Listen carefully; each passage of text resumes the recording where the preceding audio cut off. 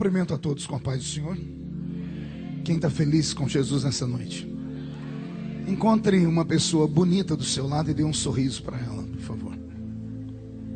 Ficou difícil aí? Se não tiver ninguém bonito aí, é só olhar para cima. Eu ia falar que era só olhar para ele. Aí, ó. Pronto. Eu ia dizer que era só olhar para cima, mas não era para mim não, era para ele, né? Eu cheguei ali elogiando, dizendo que ele está mais magro, está com cabelo moderno, né? Eu falei, está parecendo um manequim de vitrine, de terno, de shopping center, né? Abra sua Bíblia comigo no Evangelho segundo escreveu São João, no capítulo de número 2, ou melhor, capítulo de número 3, e o versículo de número 8.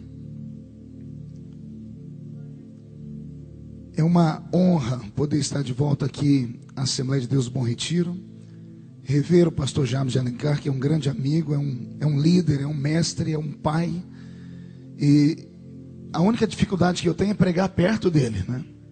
Se ele pudesse esconder e ir ali atrás, tomar um cafezinho, né? Eu ficava mais à vontade aqui, né? Mas eu estou muito feliz de estar aqui com a minha família. E como disse o pastor Jabes, eu estou vindo aí de uma maratona que só Jesus. Eu fui pregar em lugar que... Sabe onde Judas perdeu a bota? 3 coqueiros para frente de Bagdá. É lá onde eu estava. Ô doutor Nascimento, o senhor está aqui? Prazer em revê-lo, viu? Eu estava em Paragominas. Preguei lá quinta e sexta-feira. Tivemos uma reunião com quase 15 mil pessoas. E Jesus foi glorificado. Foram quase 300 vidas que entregaram a sua alma a Jesus Cristo como Salvador. E depois eu fui para Macapá. E em Macapá foi muito engraçado.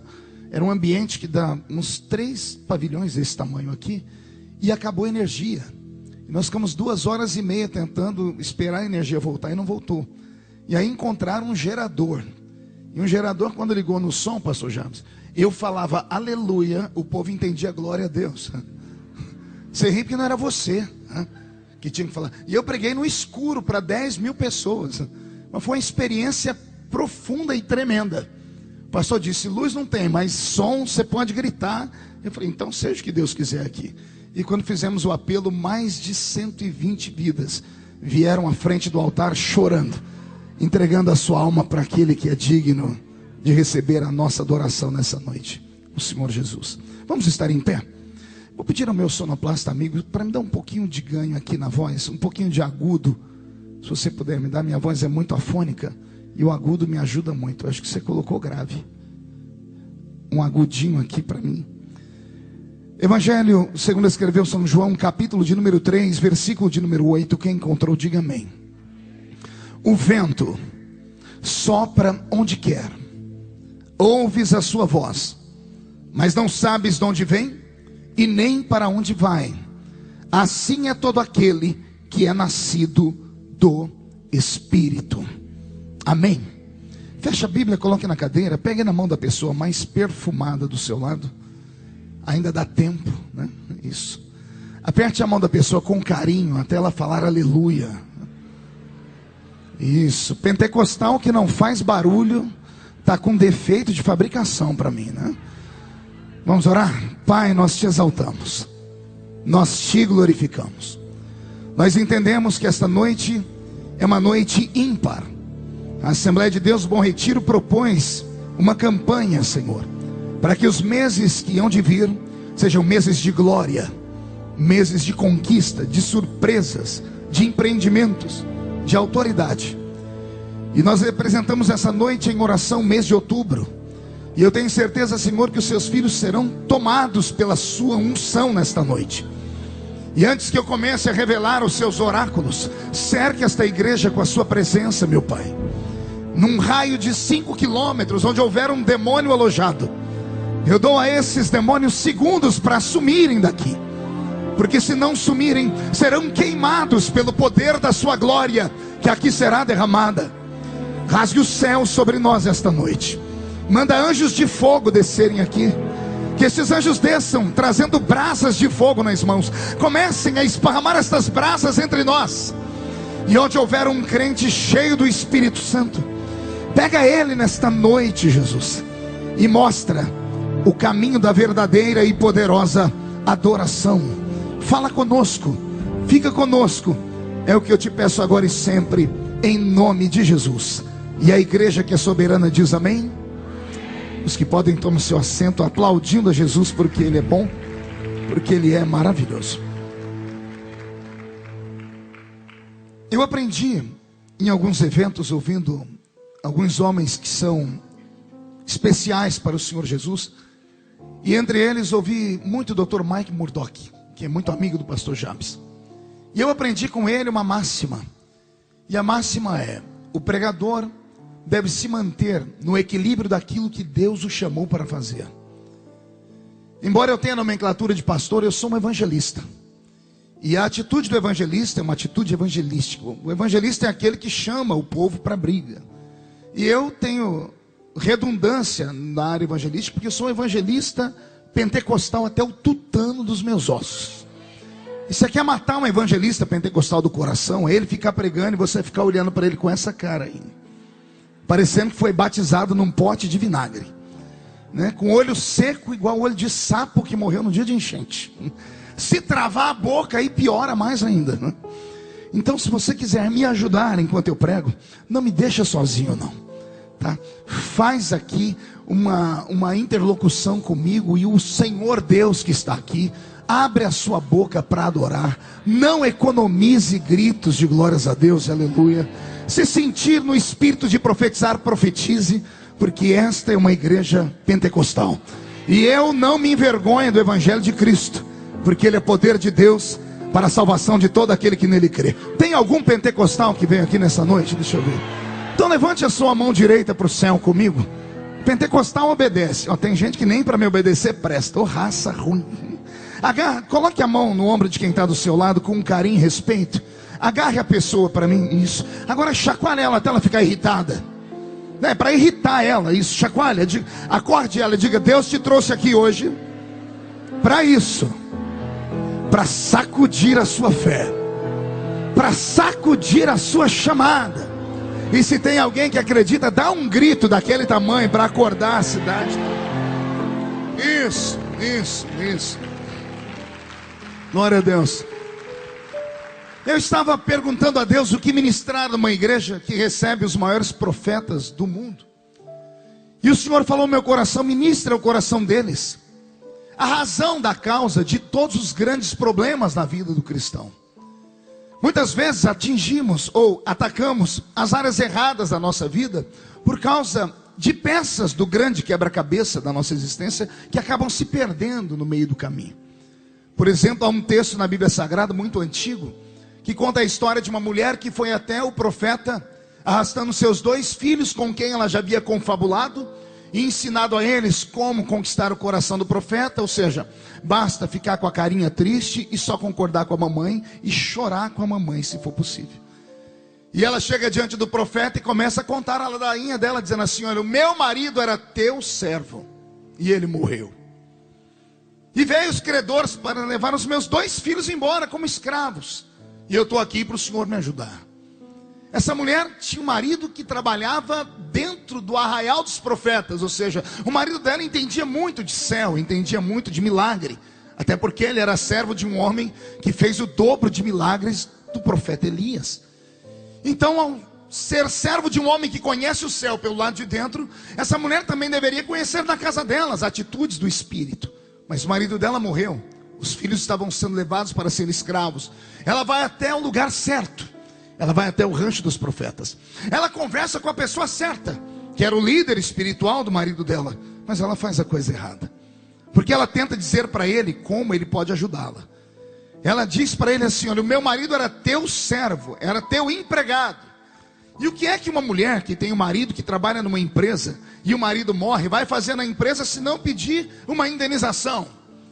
Aquela mulher foi no lugar certo, falou com a pessoa certa, mas fez a atitude errada, porque ela queria que o homem abrisse os cofres do rancho dos profetas e desse a ela parte do dízimo, da oferta arrecadada naquele mês, para que ela pudesse pagar as dívidas dela. Mas como o profeta é diferente, ele olhou nos olhos dela, e quando ela disse para ele que o que queria, ele respondeu com uma pergunta. Ele disse: me declara agora o que é que você tem na sua casa. Ela já havia confabulado com os filhos, ela já tinha resposta na ponta da língua. E ela abriu a boca e disse: a tua serva não tem nada em casa. E quando ela disse que a sua serva não tem nada em casa, como profeta, ele olhou dentro dos olhos dela e leu a alma dela. E profeta tem olhar de mãe, né? Eu não sei se você se lembra da sua mãe quando você era criança. Eu me lembro muito bem da minha. A dona Lúcia, embora fosse uma mulher muito querida, era uma mulher muito brava. Viu, Sérgio e Sônia, meus amigos estão aqui. A dona Lúcia era uma mulher muito brava. E quando ela ficava brava, só Jesus na causa. E eu era um menino, eu não sei porquê, eu apanhava todo dia na escola. Até hoje eu não consigo entender o motivo porque as pessoas tinham birra de mim. A minha presença incomodava já naquela época, quando eu era moleque. E eu chegava chorando, e minha mãe já não aguentava mais me ver chorando. E um dia ela falou assim para mim: olha, se você chegar aqui chorando amanhã, eu vou bater em você também. Porque se todo mundo te bate é porque você dá motivo, você vai apanhar de mim também. E minha mãe era uma mulher que cumpria a palavra. Pensa uma mulher que o que fala cumpre. Era a dona Lúcia. E naquele dia eu me escondi de todos os alunos para não ter problema com ninguém. Mas o diabo é sujo, né? Fez um daqueles meninos me achar. E o menino veio cobrar uma dívida antiga. E ele me deu um soco no olho, que o olho ficou roxo e inchou na hora. E eu demorei a chegar em casa porque eu fui tentando imaginar uma conversa com a minha mãe. E quando ela abriu a porta de casa, eu entrei, ela só deu uma olhada para mim, ela viu o olho inchado, ela não precisou falar nada. Eu disse: mãe, eu estava vindo com a bicicleta e eu caí no chão e bati o rosto no meio fio. E a minha mãe continuou me olhando, ela não falou nada. O olhar dela dizia que ela sabia que eu estava mentindo. E eu disse para ela: não, mãe, na verdade, eu acho que eu bati o olho, foi no guidão da bicicleta, não foi no meio fio. E ela continuou me olhando, eu arrumei mais umas 2 desculpas, e por fim eu me entreguei. Eu disse: eu apanhei mesmo, mãe. E apanhei dela de novo, porque ela cumpriu o que falava. Olhar de profeta é igual olhar de mãe. Aquela mulher, quando disse ao profeta: a tua serva não tem nada em casa, ele só olhou bem fixo para ela. E a mulher que tinha dito que não tinha nada em casa, há uma vírgula no meio da sentença, ela diz assim: a não ser uma pequena botija de azeite.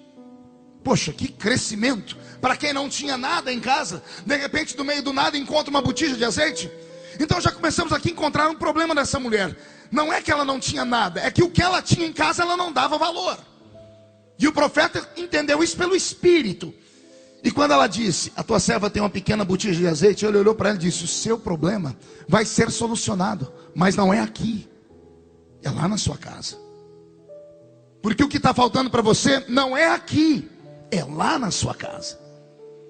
A raiz dos males da vida do cristão que teme e serve a Deus é uma só: é a ausência da comunhão e da presença do Espírito Santo na vida dele.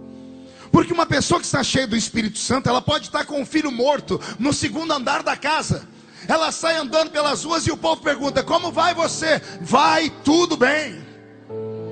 Mas como vai na sua casa? Eu e a minha casa estamos muito bem. Mas tem alguém morto no 2º andar da casa. Mas só pode compreender um vendaval, atravessar pelo meio dele de cabeça erguida, aquele que tem onde se apoiar. E se tem alguém que pode te apoiar nessa noite, é o Consolador Sagrado. A presença do Espírito Santo pode te dar uma força que você nunca antes sonhou. Se você compreender quem Ele é, o que é que Ele faz e qual é a intenção dEle nesta noite, eu duvido que você volte para casa capengando como você entrou aqui dentro. Basta olhar para a pessoa que está à sua esquerda e à sua direita para você ver que hoje foi um domingo terrível. Porque tem pessoas aqui que estão com o ombro caído pelo chão, semblante descaído também. Devem ter vindo aqui arrastados, porque devem ter tido uma semana horrível. Mas o Senhor me trouxe neste domingo como profeta sobre a sua vida para te dizer que talvez eu não possa te ajudar, o irmão que está do seu lado também não, mas o Espírito Santo, esse pode te ajudar. Esse pode colocar dentro de você uma autoridade tão grande que você não vai sair andando desta noite na igreja, você vai sair voando nas asas de um novo tempo. E se tem alguém que acredita nisso, dê mais um grito de glória a Deus, por favor. Você compreendeu? Então eu, Marco Feliciano, na minha caminhada com Deus, eu compreendi que a ausência da comunhão, a ausência da minha percepção, a falta da sensibilidade de compreender que eu não sou um ser que ando solitário pela terra. E eu não estou falando apenas da presença do anjo que me cerca, eu falo daquele que não caminha ao meu lado, eu falo daquele que caminha dentro de mim. O apóstolo Paulo, quando escreveu suas cartas, ele olhou para a igreja e disse: vós sois templo do Espírito Santo. Ele quis dizer, vocês são casa e morada dele. Ou seja, dentro de você está alguém, não uma força. Está alguém que tem uma força, não uma energia, mas alguém que detém o poder de todas as energias. Que se você compreender a linguagem dele, seguir ele e for cheio dele, não tem demônio que pare diante de você durante essa semana. Eu profetizo isso no nome de Jesus. Por que é que eu li o texto de João 3:8? Porque em João capítulo 3, Jesus se encontra com o homem mais famoso do seu tempo, o grande doutor Nicodemos. O doutor Nicodemos era um religioso no seu tempo, mas também era um político no seu tempo. Um dos seus pés pisava muito bem as sinagogas aos sábados, e ali ele dissertava os conhecimentos que ele tinha da Torá. Mas um dos seus outros pés pisava dentro do Sinédrio, e o Sinédrio era uma reunião de anciãos, onde os anciãos de Israel, quando tinham ou percebiam que a sua cultura, ou a sua fé, a sua religião era atacada por Roma, era esse grupo de anciãos que elegiam um deles para que fossem conversar com os governadores de Roma, com aqueles que governavam o mundo daquele tempo. Então o doutor Nicodemos era um homem extremamente conhecido no seu tempo. Permita-me aqui falar um pouquinho dele. O doutor Nicodemos não era apenas um doutor da lei pelo nome. Ele era um doutor da lei de fato. Ele era um doutor da lei porque conhecia a lei. E ele conhecia a lei porque ele era um levita. Era um levita por natureza. O doutor Nicodemos vinha de uma dinastia de doutores da lei. O pai dele foi sacerdote. O avô dele foi sacerdote. O bisavô dele foi sacerdote. O tataravô dele foi um sacerdote. E se traçássemos a árvore genealógica dele por inteiro, chegaríamos em Arão, o primeiro sumo sacerdote. Ou seja, ele vem de uma dinastia. Era comum naquela época haver dinastia dentro das famílias sacerdotais. Você já deve conhecer isso. Essa igreja é uma igreja sábia. Quem condenou Jesus foi uma família, um clã de sacerdotes, Anás e Caifás. Um era sogro, o outro era genro. A família toda era uma família de levitas, e eles detinham o sacerdócio daquela região. Assim como eles detinham o sacerdócio daquela região, o doutor Nicodemos detinha o sacerdócio de uma outra região. O doutor Nicodemos não era apenas um doutor da lei, ele era também um expositor bíblico. Ele era um exegeta bíblico. Ele entendia de hermenêutica já no seu tempo. E ele não entendia porque ele havia cursado universidades da sua época, não. É que a cultura levítica fazia o menino que tinha vocação começar os seus estudos aos 5 anos de idade. Pastor, como é que uma criança aos 5 anos de idade começa os seus estudos? Não eram estudos técnicos, eram estudos lúdicos. Aos 5 anos de idade, um menino com a vocação levítica, todos os dias era admoestado pela mãe, pelo pai, pelo tio, ou por alguém que ali perto estava. E a pessoa que ia ensiná-lo fazia vibrar a alma da criança. Fazia vibrar a alma da criança, dizendo que nas veias deles corria o sangue de profetas, corria o sangue de sacerdotes, homens e mulheres que, embora fossem de carne e osso e os pés estivessem colados na terra, a mente deles era possuída pela eternidade, pelo céu. Imagine você sendo criança, sentado no meio dos tapetes ou no meio das pernas de animais, e a sua mãe te dizendo assim: nas suas veias corre o sangue de um profeta, que um dia Deus ungiu ele com tanta autoridade, que deu a ele uma velocidade nos pés maior do que a velocidade dos cavalos de corrida. Pode imaginar isso na mente de uma criança? E a mãe dizendo: houve um homem na sua dinastia que ele corria mais do que os cavalos. E a mãe passa a contar a história. Esse homem está no alto de uma montanha. Ele está com o rosto no meio do joelho. E ele está orando porque faz 3 anos e meio que não chove em Israel, meu filho. E ele tem um menino que trabalha com ele, um secretário. E ele diz ao menino: sobe na montanha, no alto dela, e olha para o céu e volte e me diga o que você vê. Por 6 vezes o menino volta e diz que o céu estava limpo. Mas na 7ª vez o menino volta e diz: eis que eu vi no céu uma nuvem do tamanho da mão de um homem. E esse homem que estava, meu filho, com o rosto no meio do joelho, ele ergue a voz e grita: chegue ao rei que está ali no canto, mande ele apresentar o seu carro e aparelhar os seus cavalos e correr, porque vem aí uma tempestade, não é uma chuva. E o rei, sabendo a fama desse homem, pegou o seu cavalo, o seu carro e desceu daquela montanha. Os carros reais eram puxados por 8 cavalos árabes. Ele chegou dentro do seu palácio com uma velocidade incrível. Mas a minha Bíblia diz que quando ele atravessou o portão da cidade de Jerusalém, quem é que estava encostado no muro, de braços cruzados, e cumprimentou o rei na sua chegada?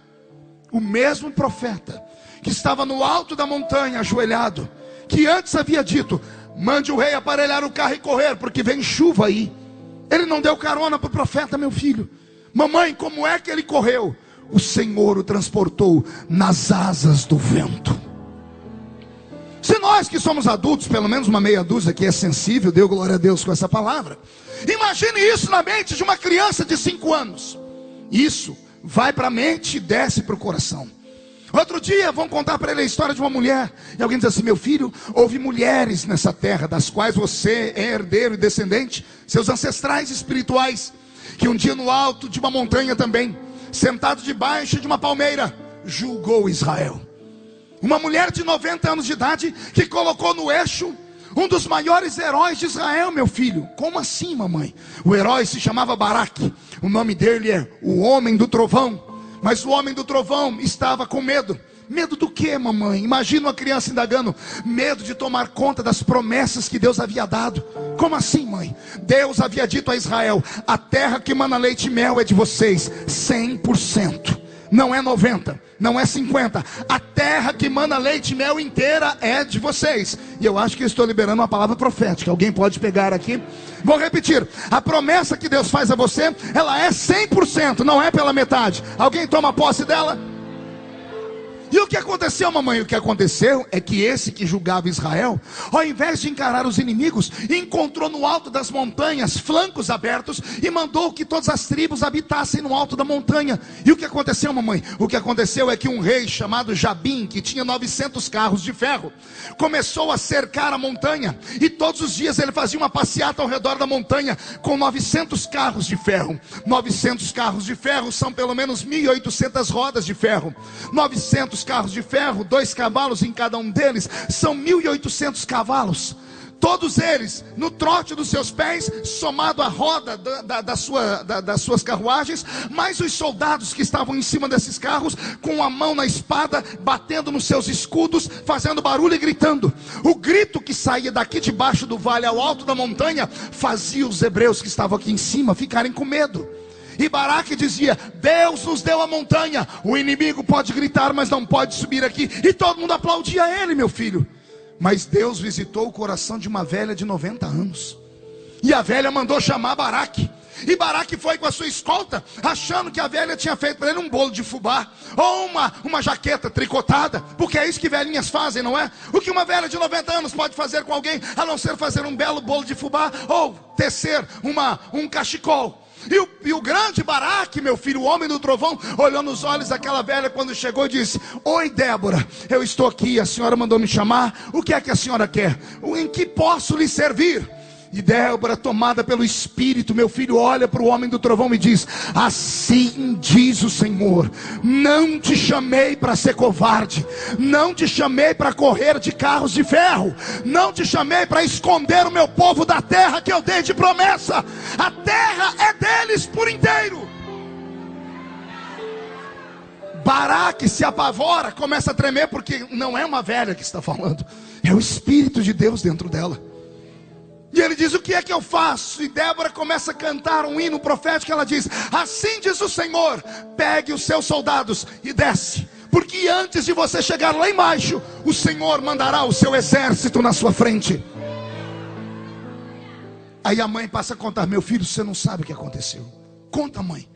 Meu filho, não é que Baraque já estava indo para a guerra, ele resolveu parar o cavalo e voltar atrás e falar assim: ô Débora, sim, eu vou para essa peleja, eu acredito na sua palavra, mas eu só vou com uma garantia. Qual, Baraque? Se você for comigo para a guerra. Gente, você conseguiu entender ou não? Um homem que tem nome de Trovão, que é um capitão de guarda, com medo de exército, ele diz assim: eu vou para a guerra, mas só se você for a minha escudeira. Eu posso imaginar aquela Débora dando uma risada desdentada, porque no alto dos 90 anos não tem mais nem dente. Ela fica de pé e diz assim: ô meu filho, você quer que eu vou para a guerra? Eu vou, mas por causa dessa tua fraqueza, assim diz o Senhor, não darei a honra a você, Você não será o herói dessa batalha. Eu vou dar honra para uma mulher, porque você se amedrontou diante dos homens. Baraque abaixou a cabeça e ele saiu andando, e atrás vem Débora. Ele dá 2 passos para frente e olha para trás para ver se ela está com ele. Ele arregimenta o exército. Quando ele está chegando aqui embaixo, faltavam uns 15 metros para chegar perto dos homens aí embaixo, ele olha para trás, cadê Débora? Parou de andar. Débora ficou no alto da montanha numa pedra, e ele disse: você não vem, Débora? Ela disse: eu só posso ir até aqui, mas daqui dá para eu chamar um grande general de guerra para ir com você. E a Bíblia diz que Débora levantou as suas 2 mãos no alto dos seus 90 anos e disse: ó Senhor, salva o seu povo. Os nossos soldados estão com medo. E o Senhor disse que mandaria o seu exército. Manda o seu exército agora. E Baraque ficou olhando para o céu esperando vir anjo, e não veio anjo. Baraque olhou para o céu esperando vir carro de ferro, e não veio carro de ferro, nem carro de fogo. Mas a minha Bíblia diz que o céu abriu e começou a chover. Começou a quê? Não ouvi. E alguém pode dizer: e daí, pastor? E daí que o rei Jabim, com 900 carros de ferro, fazendo aquele trote nos israelitas, andando com aqueles carros pesados ao redor da montanha, em círculo sem parar, foi esmiuçando as pedras, os carros de ferro, os trotes dos cavalos, foi deixando a terra afofada, pastor Jabes. A terra virou poeira, virou areia. Quando a chuva desceu, a terra com água virou areia movediça. Os carros de ferro começaram a atolar uma roda. Os soldados tinham que descer para desatolar uma, atolava a segunda. Os cavalos, batendo os pés no chão, começaram a atolar também. E o maior exército que contra Israel, que metia medo neles, estão agora todos parados, como que fossem plantados na terra, e não conseguem andar. Aí Baraque, dos seus altos dos 15 metros, só dá ordem aos seus flecheiros para abater aqueles inimigos que estavam ali, os inimigos que os atormentavam há anos. Não precisou que viesse anjos, bastou Deus mandar a chuva. Assim como Deus tem um exército para livrar aquele povo da guerra, o Senhor manda me dizer a você que essa semana Ele vai mandar um exército diferente na sua frente. E o mês de outubro o Senhor vai fazer cair uma chuva sobre a sua vida, uma chuva que vai trazer de volta tudo aquilo que estava seco. O rio vai se encher, a vida vai brotar. E se tem alguém que acredita nisso, dá mais um grito de glória a Deus, por favor.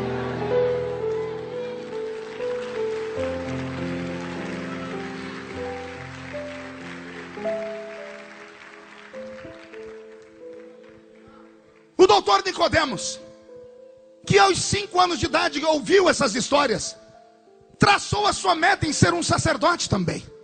E ele foi levado pela sua família a seguir a dinastia de todas a sua etnia. Até que um belo dia, ele no alto dos seus 50 anos de idade, conhecido em Israel, um homem de fama, um homem que usava roupa de linho fino, um homem que usava mitra na cabeça, um homem que andava com pergaminho debaixo do seu braço, que tinha barba untada pelo óleo, um homem que pregava, que dissertava, descobriu que não podia dormir à noite, sofria de insônia. E a insônia foi tão terrível que uma noite ele levantou para beber água, olhou para o espelho e não gostava de nada daquilo que via, porque faltava a ele alguma coisa. Ele tinha tudo, aparentemente falando. Ele tinha fama, ele tinha status, ele tinha dinheiro, ele tinha respeito, ele era um homem diferenciado, era um homem que falava com Deus, mas nem tudo isso supriu aquilo que havia dentro dele. E ele perdeu o sono numa noite, e na noite que ele perdeu o sono, a sua mente divagou, e ele se lembrou que alguém comentou com ele que estaria em Israel naquele dia um outro tipo de mestre, um mestre que quando falava, arrancava defuntos de dentro da cova.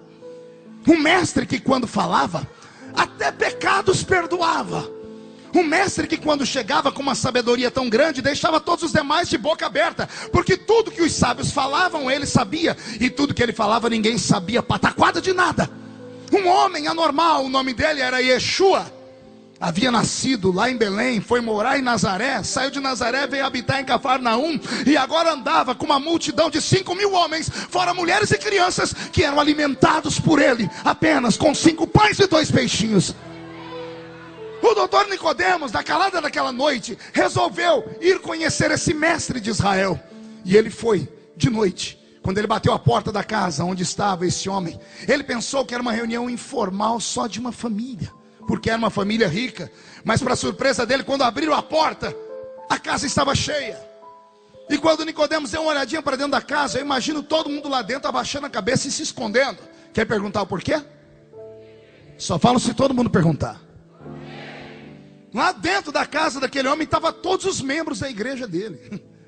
Estava todo o clã do Sinédrio.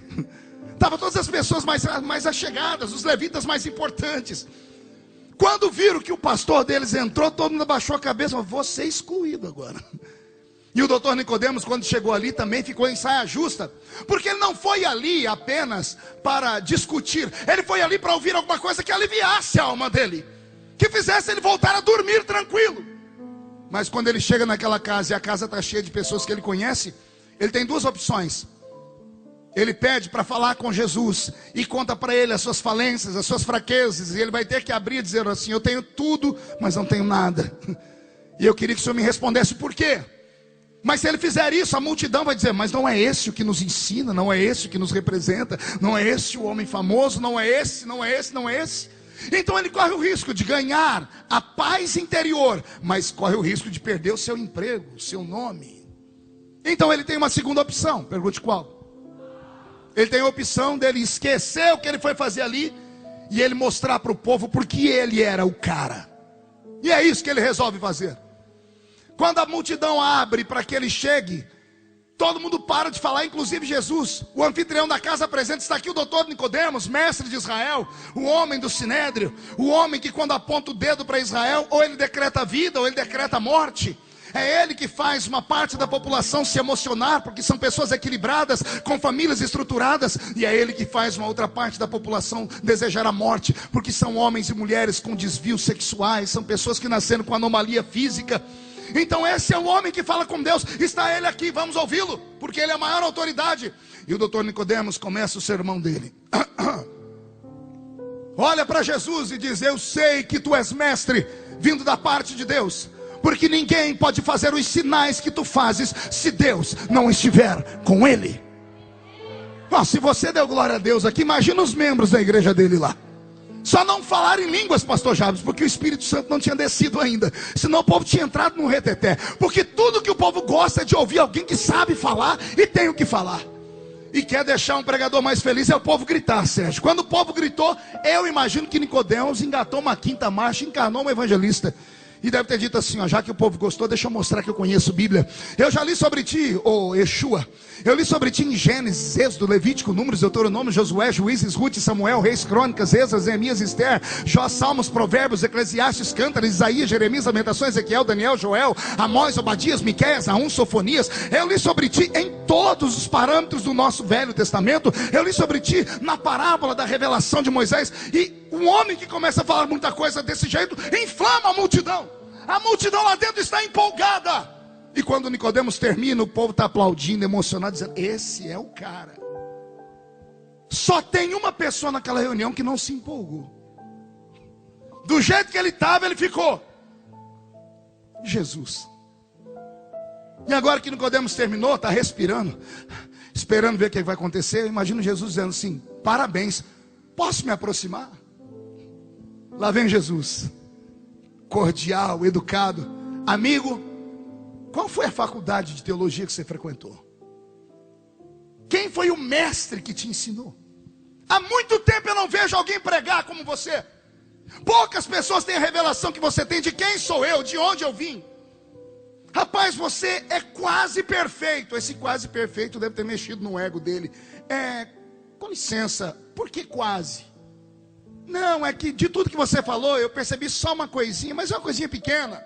Só te falta uma pequena coisa. E aí a mente do pregador viaja: que será que eu errei? Eu falei o nome errado da madeira que Moisés usou para adoçar a água que estava envenenada? Será que ao invés de falar que a muralha de Jericó ela ruiu, eu falei que ela caiu? Qual foi o erro? Qual foi a semântica errada que eu apliquei? O que foi que eu errei, Jesus?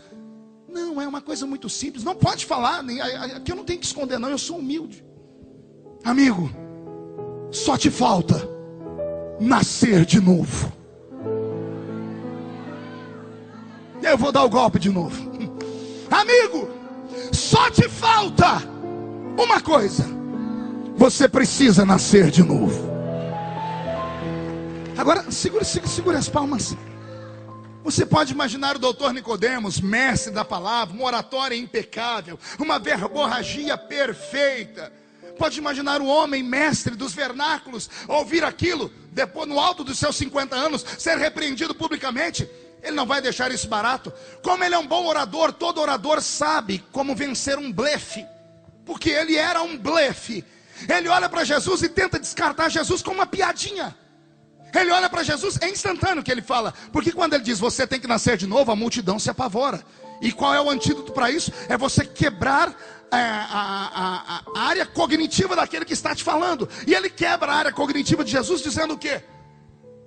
Como pode um homem velho, na minha idade, nascer de novo? Poderia eu entrar no ventre da minha mãe e nascer uma segunda vez? Quando ele diz isso, a multidão se abre em risos. Pode imaginar todo mundo dizendo assim, ih, agora ele lascou. Ele deixou Jesus numa saia justa. Ele agora deixou Jesus envergonhado. Vamos ver como é que Jesus se sai dessa. Jesus não estava ali para discutir piadas. Jesus nunca teve tempo de contar uma piada. Ele sabia que o tempo dele era exímio nessa terra, era exíguo. Ele tinha pouco tempo para fazer o que ele tinha que fazer. Então ele aproveitava cada segundo para falar verdades. Quando Nicodemos abriu a oportunidade, ele olhou para ele e disse, Nicodemos, você precisa nascer da água. E precisa nascer do Espírito. Jesus estava dizendo, você precisa ser limpo. Você tem que se arrepender dos seus erros, porque você também é uma víbora, como João Batista pregou. Você é um homem que aparentemente falando parece ser uma coisa, mas por dentro não é. Você é um desses religiosos que tem cara de religioso, carrega a Bíblia de religioso, dá a paz do Senhor como religioso, mas por dentro não sente nada. Mais ou menos parecido com alguns que vieram para essa reunião. Não, pastor, que isso? Pastor, eu vim para o culto. Não, você veio para a igreja. Entrar na igreja qualquer um entra. Entrar na igreja até cachorro entra se a porta ficar aberta. Agora entrar dentro do culto, aí não é para qualquer um. Você não entendeu? Vou desenhar para você. Entrar na igreja é fácil. Quero ver entrar no culto. Mas para alguns é muito difícil. Como é que aquelas duas meninas, eu não vou olhar para não entregar onde elas estão, que estão ali atrás, pode entrar no culto se elas não param de lixar a unha enquanto eu estou pregando? Como é que os casaizinhos que eu estou vendo aqui dentro, passando a mão nas costas da namorada, mexendo no cabelo, pode entrar no culto enquanto eu estou pregando? Com todo respeito, aqui parece um teatro, mas não é um teatro. Parece um cinema, mas não é um cinema. Aqui ainda é a casa de Deus, onde você guarda os seus pés e ao entrar na casa, você busca a presença dele. É por aí.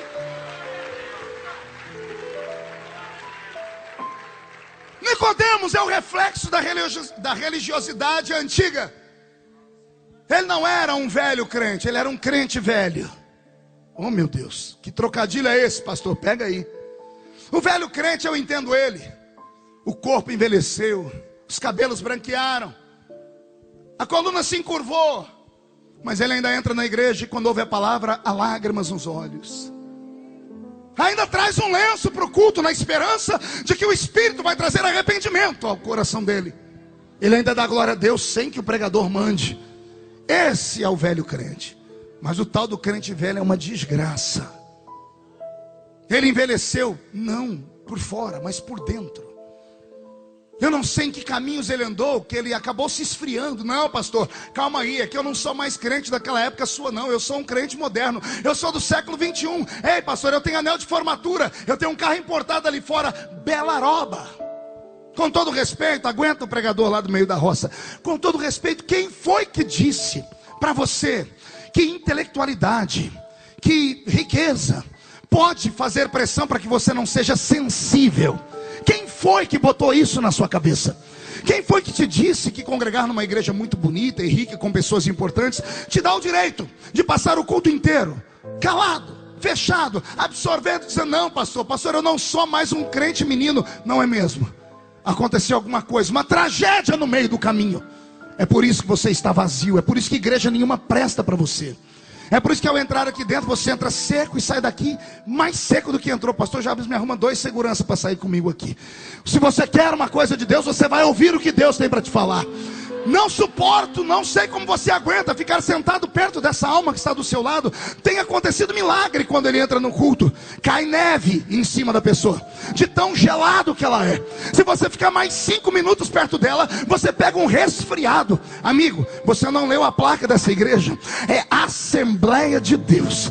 A Assembleia de Deus é uma igreja que crê em milagres, que crê em dons do Espírito, que crê em manifestação espiritual. Nós cremos em tudo. Não é amadurecimento, não é amadurecimento. Estou esquentando. Não é amadurecimento, não é cultura, não é nada disso. É esfriamento, é materialização, é humanismo, é capitalismo desenfreado, é você ser conivente com esse mundo perdido que está aí fora. Não é a sua beleza, a sua riqueza ou seu intelecto que pode te atrapalhar de sentir Deus, a não ser que lá na sua intelectualidade você foi contaminado pelos ensinamentos das universidades do Brasil sobre o marxismo. A não ser que seja isso. Depois de ouvir professores de manhã, de tarde, de noite encher a sua alma com ensinamentos de Engels, com ensinamentos de Karl Marx, como eu já disse, com ensinamentos de Nietzsche. Depois você ouvir os filósofos e transformaram a sua alma numa alma relativa. Ou seja, tudo é relativo. O senhor grita porque o senhor nasceu no meio do mato. Eu não grito porque eu nasci na capital. O seu jeito de adorar a Deus é diferente do meu, porque o senhor é extravagante, eu sou mais tímido. Não tem nada a ver com personalidade. Adorar a Deus tem a ver com atitude. Adorar a Deus tem a ver com necessidade. Adorar a Deus tem a ver com o que você veio fazer aqui nessa noite. Se você veio só passar um tempo, você está certo em ficar do jeito que você está. Mas se você veio aqui porque você quer abastecer o seu homem interior, de que você ainda acredita que Deus fez os céus e a terra, de que você precisa de um agir sobrenatural, porque você está lascado financeiramente, o seu casamento se desgraçou por inteiro e só uma intervenção divina. Agora, como é que você quer que Deus intervenha se você passa o culto inteiro parecendo uma estátua de museu parada? Culto não é observação, culto é interação. Culto não é você chegar aqui e pedir: Deus, me dá um culto alegre hoje. Isso não existe. Culto não é para homem, culto é para divindade. Não é nós que temos que chegar e dizer: Deus, me dá um culto. É você chegar aqui e dizer assim: Deus, eu estou com a vida toda triste, mas eu vou te dar um culto nessa noite. Eu vou te dar um culto nessa noite. E tudo isso passa pela sua mente, pela sua necessidade. Pastor, mas não tem mais nem menos. A regra é simples. Não basta carregar uma religião no invólucro do seu corpo físico, se você não consegue transmutar o seu espírito. Religião é metafísica, e o espírito é metafísico. E o que é metafísico trata da nossa sensibilidade. Você pode ser um guerreiro capaz de arrancar a cabeça de um gigante, mas se você não souber lavar a mão do sangue do gigante e catar uma arpinha, sentar debaixo de um zimbro e começar a dizer: o Senhor é meu pastor e nada me faltará, deitar-me faz em verdes pastos, você será só mais um guerreiro. Mas se você abrir a sua alma para a sensibilidade do Espírito, você será um ser segundo o coração de Deus. Tem alguém que acredita nisso aqui? Então dê um grito de glória a Deus bem alto. Pastor Jabes, na minha caminhada pelo mundo, eu comecei muito cedo. Comecei com 13 anos pregando, hoje eu estou com 42. Eu já preguei em 73 nações do mundo.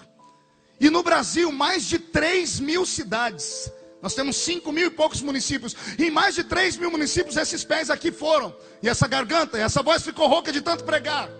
Às vezes pregando para 100, 200 mil pessoas. Às vezes pregando para 10, 15 pessoas. Às vezes no microfone como esse. Às vezes no megafone. E muitas vezes pregando na garganta. Eu conheço meu país. E eu detectei em todos esses lugares que eu fui, que todos os problemas que um crente tem na vida dele, advém da falência do seu testemunho com o Espírito Santo. Tudo que acontece com um crente mata aquilo que nós chamamos de novo nascimento, aquilo que nós chamamos de primeiro amor. Qual é a palavra que eu disse? Enquanto vendo o seu irmão de novo, diga: você lembra disso? O que é o primeiro amor? É aquele momento em que a sua alma é atingida pela salvação, e o que falam para você, você acredita. Se falar que Jesus está em cima do telhado, você arruma uma escada para subir lá. Se falar que é para estar na igreja às 4 da manhã, você chega às 3:30. Se falar que é para comprar uma Bíblia, você compra 2. Se falar que é para mudar o cabelo, você muda o cabelo e a aparência inteira. E o que é isso se não sensibilidade? Porque você sentia mais Deus antes do que sente agora. A minha Bíblia diz que Deus não mudou. Ele é o mesmo ontem, hoje, será eternamente. Se Deus não mudou, eu estou pregando aqui para gente que está na capital paulista, mas boa parte de vocês nasceram lá nos lugares onde eu nasci. Eu nasci na Vila Tatu. Tem gente aqui que, pelo olhar que estão me dando, nasceram na esquina do sovaco sujo. Foram criados em casinhas de pau a pique, nasceram em igrejas simples. A grande maioria dos senhores e senhoras que estão aqui hoje, bem de vida, ricos, importantes, famosos, pessoas com anel de formatura, receberam uma profecia daquelas irmãzinhas de coque, de 2 dentes na boca só, o zagueiro e o atacante, todas elas analfa de pai e beta de mãe. Mas você creu, e quando você precisou, você foi lá. Quando a sua empresa fracassa, são essas pessoas que você busca. Quando o casamento não dá certo, você não liga para a mulher boa, a sua grande amiga que é dona de um salão de beleza. Você procura aquelas irmãzinhas que ainda carregam Deus dentro delas. Por que é que a gente só faz isso quando a coisa está campengando? Por que a gente não busca esse Deus aqui dentro essa noite? Aproveita que está tudo bem. Aproveita que o seu filho tem saúde. Aproveita que a sua casa está em pé. Aproveita essa noite para esguelar, gritar, bater os pés no chão, erguer a mão para cima. Aproveita para adorar.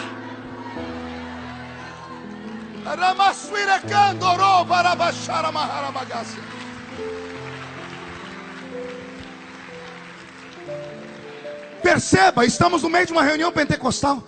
Até agora, não que eu tenha parado só para ouvir isso, mas eu detectei menos de 10 pessoas aqui orando em línguas. Isso aqui é uma igreja pentecostal.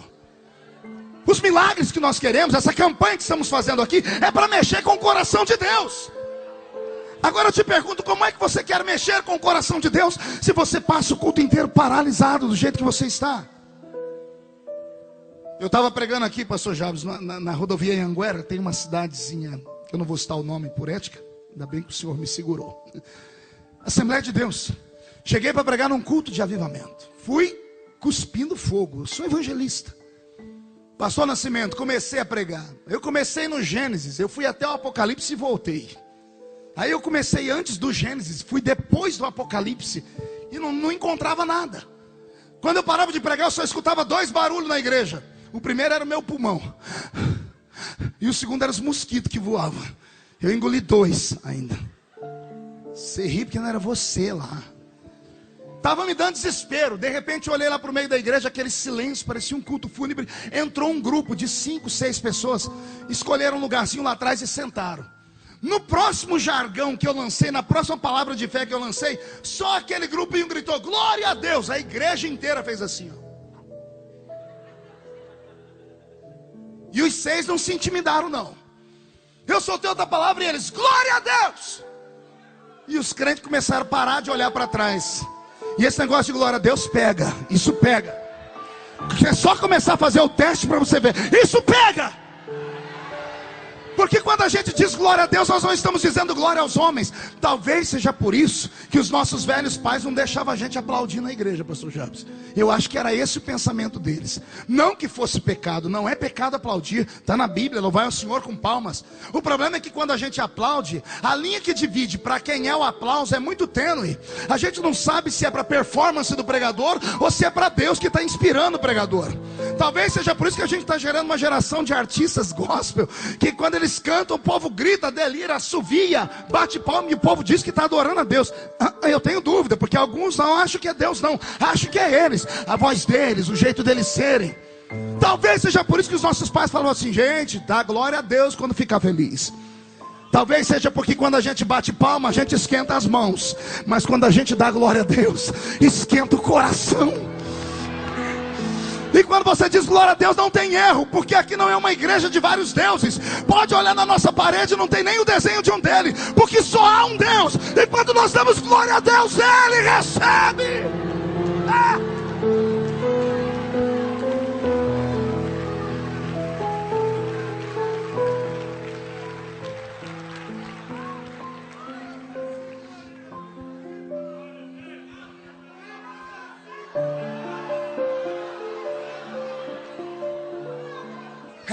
É por aí, é só começar a romper. Deus sabe o que você precisa. Você não precisa trazer uma lista para Ele: eu preciso disso, daquilo. Deus sabe. A pergunta de Deus nessa noite é: você sabe o que eu preciso? Você sabe para que é que eu te trouxe aqui?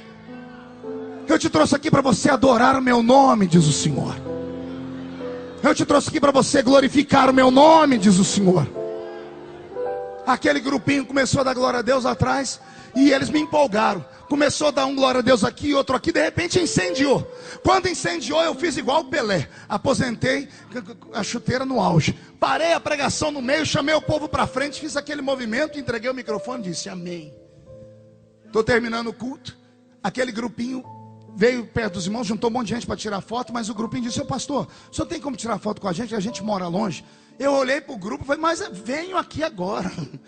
Vocês ganharam meu coração. Aí um deles falou assim: ô pastor, o senhor pode orar por nós? Eu falei: meu filho, eu oro por vocês agora e amanhã também. Deixa eu fazer uma pergunta para vocês: onde vocês vão estar amanhã? Sabe por quê, pastor? Não, porque eu vou pregar numa outra igreja aqui perto, e eu queria ver, não dá, né, para ir uma torcida organizada, me ajudar lá, né? Você promete que não vai escandalizar?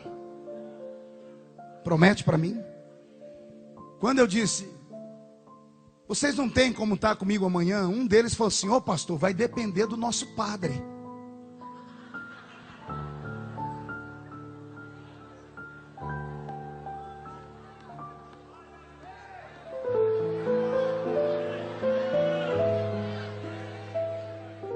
Eu olhei para eles assim: vai depender de quem? Vai depender do padre João. Mas que padre João? É lá da nossa paróquia. Paróquia Coração de Maria. E eu não sabia mais o que falar. Eu falei: mas vocês estavam dando glória a Deus. Pastor, nós somos do fogo. Eu falei: mas vocês são o quê? Nós somos carismáticos. E um deles falou: mas não é daqueles carismáticos que o senhor fala, não. Nós somos dos carismáticos de verdade. Fomos batizados com o Espírito Santo, que nós buscamos a noite inteira. Nós não adoramos Maria, não. Maria para nós é só a mãe de Jesus. E já mandamos uma carta para o nosso bispo que nós queremos ser batizados nas águas por imersão.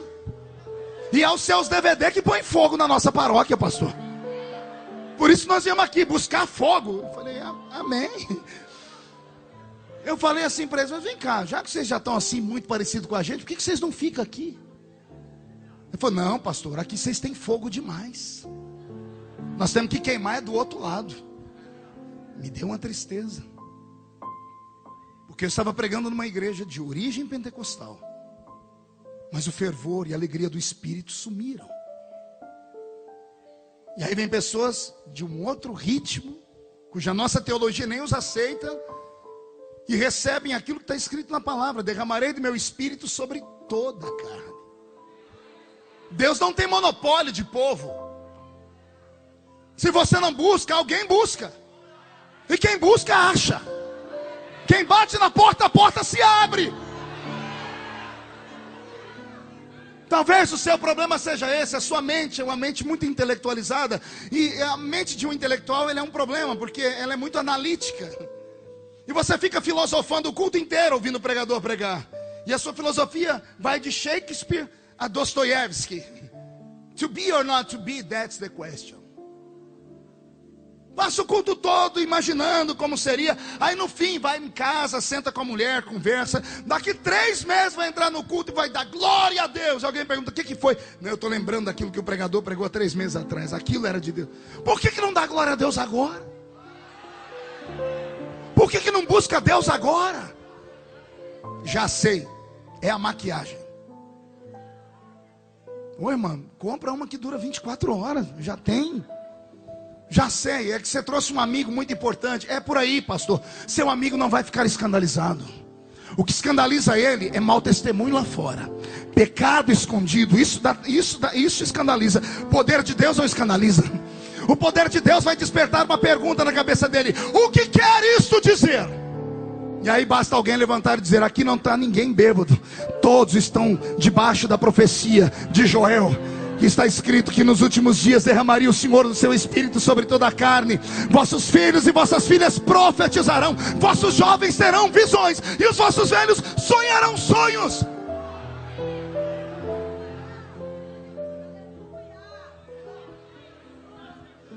Está faltando sensibilidade.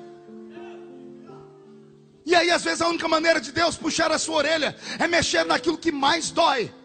É a família, é a empresa, é o trabalho, é a escola, é a perseguição. E você diz que isso é o seu problema? Não, seu problema não é esse não. Seu problema não é a orfandade de filhos. Isso é um problema, mas não é o maior problema. Seu problema não é que você é uma viúva. Ser viúva é um problema, mas não é o seu maior problema. Seu problema não é dívida não. Porque dívida é um problema, mas não é o seu maior problema. Seu problema não é que os seus filhos vão ser levados para ser escravos, não. Isso é um problema, mas não é o seu maior problema. O seu maior problema é que você não tem azeite na botija. Está vazio. Você recebe no culto, antes de chegar em casa já perdeu tudo. O Senhor te trouxe hoje porque Ele quer você de volta. Falar para uma prostituta que ela tem que nascer de novo é fácil. Falar para um corrupto que ele tem que nascer de novo é aceitável. Falar para o doutor Nicodemos que ele tem que nascer de novo, quem é que tem coragem?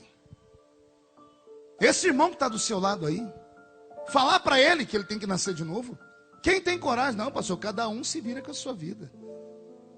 Talvez seja por isso que nós estamos nessa situação. Como Jesus falou com Nicodemos, depois que ele disse: você tem que nascer da água para ser limpo, e do Espírito. O Senhor Jesus disse: você tem que nascer de novo. E o que é nascer de novo? Não é apenas a conversão. Toda pessoa que nasce, todo ser que nasce, ele herda características genéticas do pai e da mãe. Sim ou não? Esse corpinho que está aí do seu lado em forma de um botijão de gás, ou de uma tábua de passar roupa, isso aí é herança genética. O cabelinho ruim é do vovô, eu que o diga.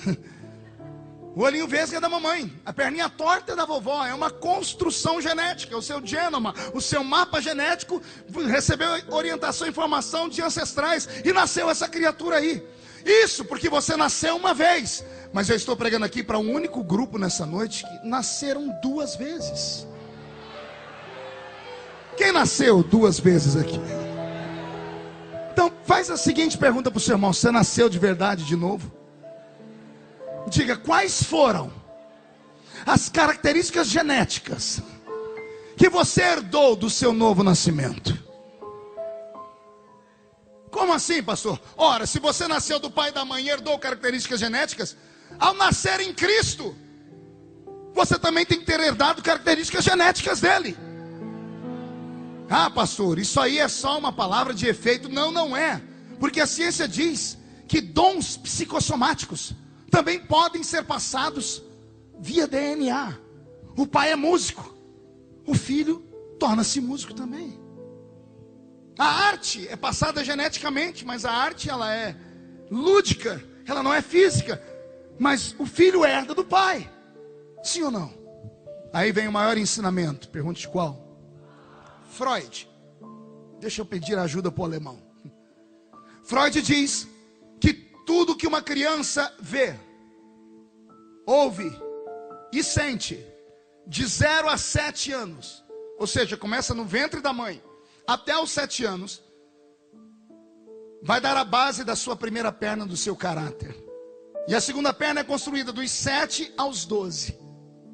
Então tudo que uma criança ouve, vê e sente, de 0 a 7, de 7 a 12, vai dar a construção do seu caráter, vai ser o alicerce da sua história. Talvez você tenha carregado tristezas e traumas porque tenha nascido numa família desestruturada. Talvez o seu silêncio seja por causa da timidez. Talvez essa compleição interna que você tem, onde você não se aceita, seja a herança de palavras malditas e negativas que você ouviu de 0 a 7, de 7 a 12. Principalmente se você é filho de crente. Filho de crente sofre mais que o filho do ímpio. Uma criança normal, que não frequenta religião nenhuma, ela escuta de 0 a 7 anos, pelo menos 50.000 vezes a palavra não. Uma criança evangélica escuta o dobro. Porque o filho do crente pode fazer menos coisas do que os outros. E esse não, bota você numa berlinda e te travou. Talvez seja por isso que você seja assim. Mas aí tem a chance de nascer de novo. E ao nascer de novo, eu queria saber onde foi que você nasceu. Talvez eu seja assim porque eu nasci no meio do fogo. Eu nasci num ambientezinho, num salãozinho de 2x3, que era só Jesus na causa. Cresci num ambiente onde os presbíteros que dirigiam o culto não sabiam ler. Os diáconos não sabiam escrever. E os crentes não sabiam falar. Imagina quando um crente que não sabia falar pedia para um diácono escrever um pedido de oração. E o diácono não sabia ler, não sabia escrever. Aí vai parar o pedido na mão do presbítero que não sabe ler. Oh Deus de Israel. Tinha um presbítero na igreja nossa, faleceu, irmão Ovídio. Irmão Ovídio, quando ele pegava o bilhetinho assim para ler, e ele ficava tentando adivinhar, a igreja inteira baixava a cabeça e entrava em oração. Quando ele lia de uma vez, fazia assim, Mas quando ele tentava adivinhar, pastor Javes, pense numa prova. Um dia o irmão Vítor pegou um bilhetinho, trouxe aqui perto do olho dele, levou. Ele tinha um óculos perneta, só tinha uma perna, o óculos ficava assim no rosto. Ele tirou, olhou, ele tentava, parecia que estava em língua estranha. Estava tentando ler. Ele diz, vamos orar aqui pela irmã Isabel, que segundo consta, a irmã Isabel fez uma cesariana. Vamos orar pela irmã Isabel que fez uma cesariana. Levanta a Isabel na mocidade. 12 aninhos. Irmão Vídeo, eu sou a Isabel. E daí? E daí que eu não fiz cesariana, não, eu estou aniversariando. É tudo a mesma coisa, é tudo a mesma coisa. Eu fui criado nesse ambiente. E no meio desse ambiente de gente inculta, de gente que não tem cultura, eles me ensinaram a orar. E eles me disseram que a oração fervorosa, ela movia o céu. Ela chamava a atenção. Os anos se passaram, eu entendi que isso é uma equação de verdade. Quer ver? Eu não estava pregando naquela igreja que eu falei para vocês. E quando meia dúzia deu glória a Deus lá, a igreja inteira olhou para eles. Por que a igreja inteira olhou para eles? Porque chamaram a atenção. Mas eles chamaram a atenção porque eles estavam falando o que mesmo? Não ouvi. Eles não estavam dizendo glória a eles, glória a vocês, não? Então ninguém tinha que olhar para trás. Mas por que todo mundo olhou? Porque eles chamaram a atenção. Se homens olham para homens que dizem glória a Deus, imagina Deus lá em cima. Você não entendeu? Vou desenhar para você. Se um crente dá glória a Deus alto na igreja e todo mundo olha para ele e chama a atenção de homens, imagine quando um crente aqui dá um glória a Deus daquele bravo.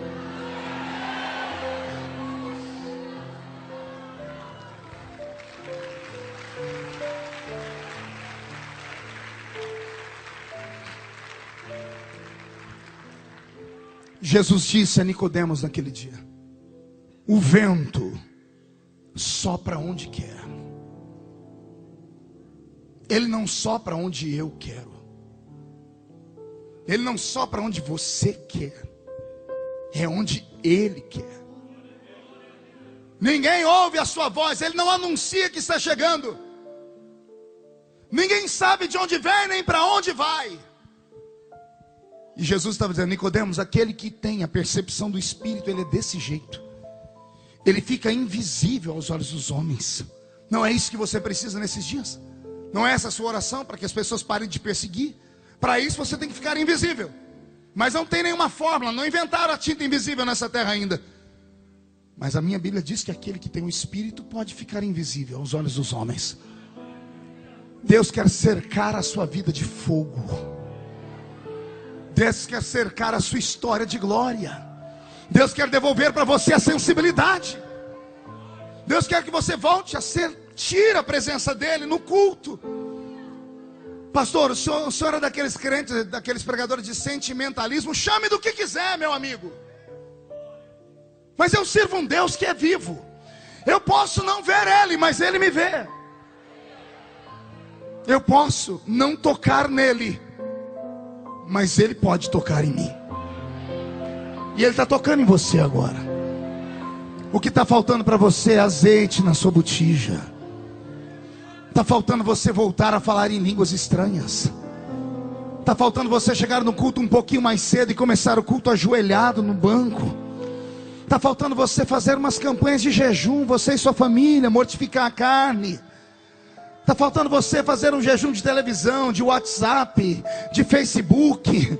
Está faltando você voltar a pegar a Bíblia Sagrada e meditar nela para guardar as leis do Senhor.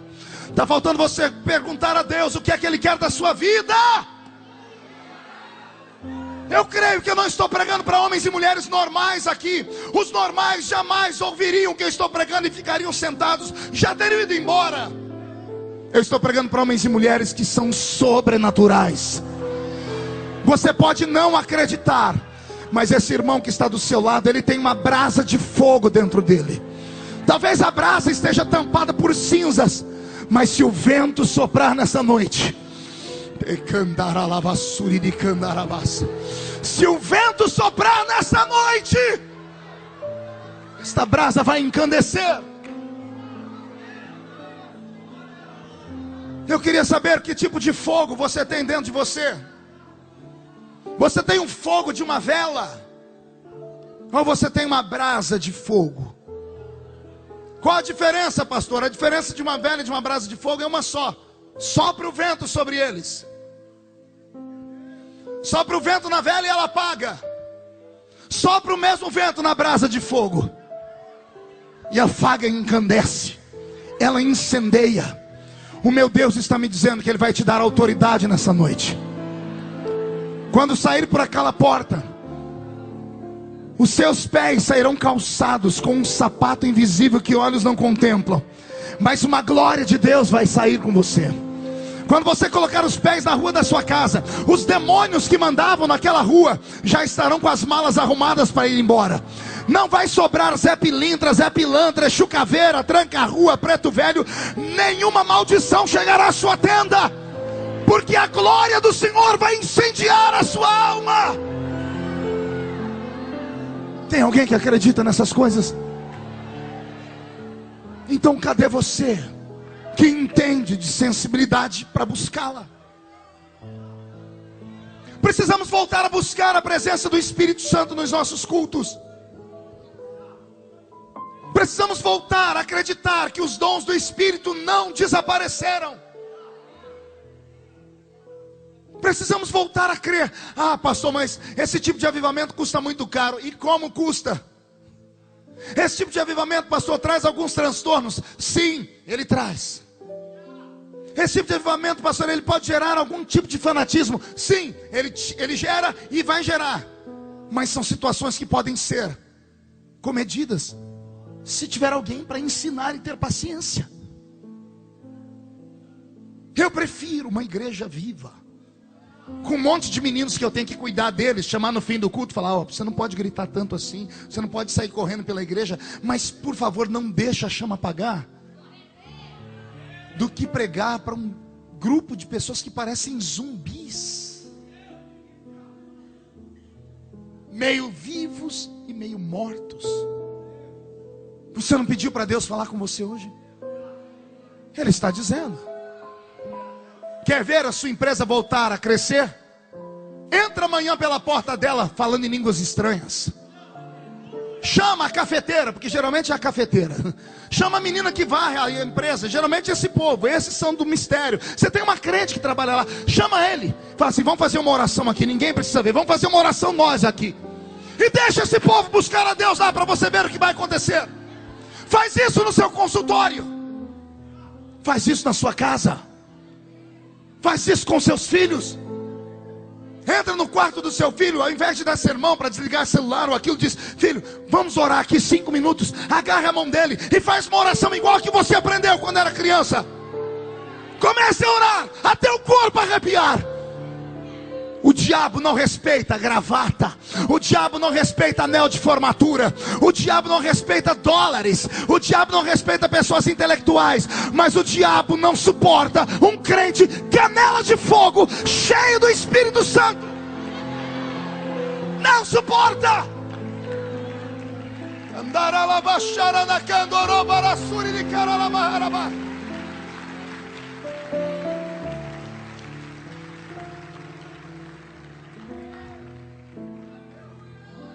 Eu perguntei a ele: amigo Espírito Santo, por que em alguns lugares você não vem mais? Pastor Jabes é pregador como eu, viaja o mundo.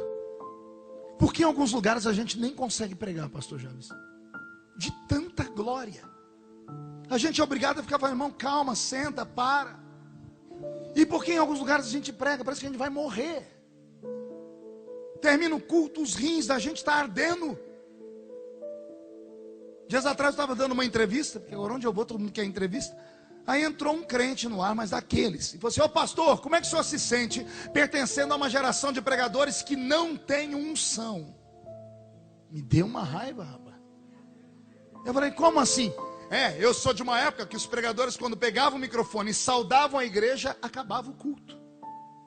Milagres, batismo com o Espírito Santo. E eu tive que concordar com ele em partes, porque eu peguei essa época. Meu Deus do céu, um dia eu estava aqui em São Paulo, vim numa caravana.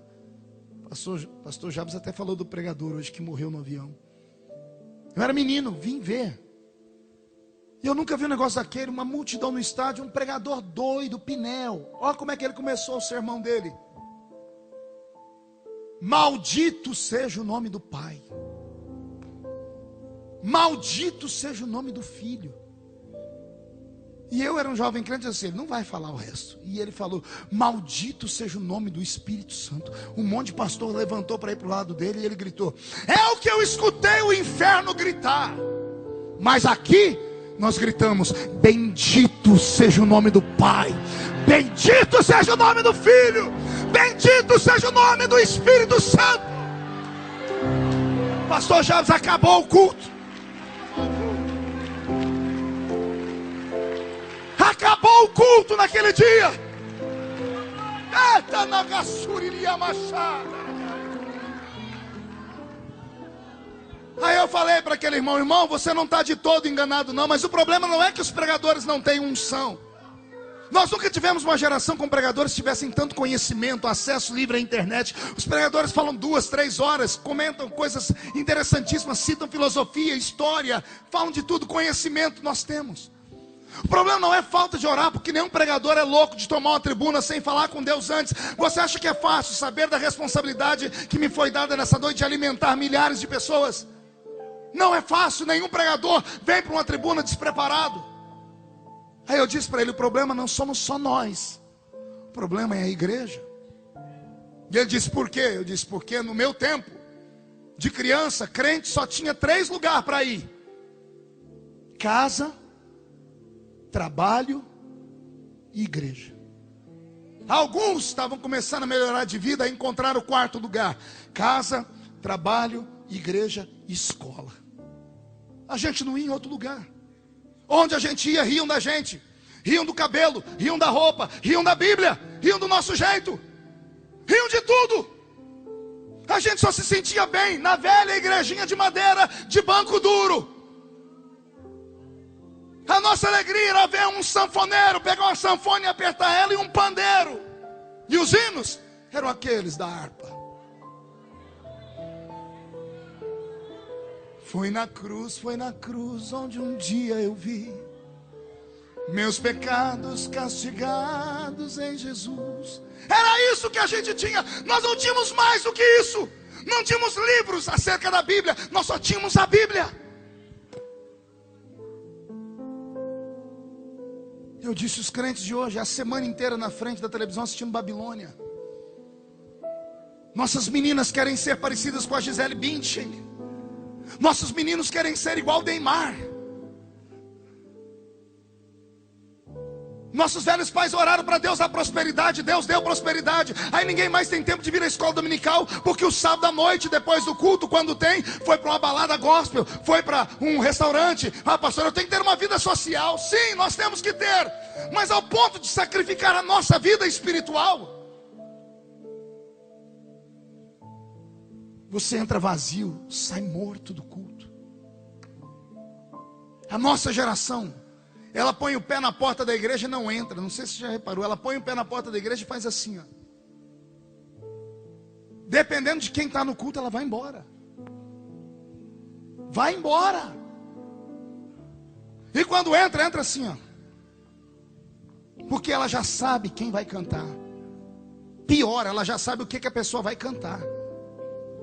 Ela já sabe o que vai pregar e quem vai pregar. Mas tem uma coisa pior do que tudo isso junto. A pessoa, quando entra no culto, já sabe como vai terminar. Não podemos nos conformar com isso. Cada culto tem que ser uma surpresa. Cada culto tem que ser uma história. Cada culto tem que ser melhor do que o outro. Nossos crentes têm que chegar em casa e dizer assim: não tem a novela, mas o culto é melhor que a novela. Eu não posso perder. Meu pastor fala: não, eu prefiro ir para o culto. Nós precisamos voltar a sentir isso. Mas como é que nós podemos voltar a sentir isso se os nossos cultos são vazios da presença dEle? E Ele está aqui. Ele está aqui.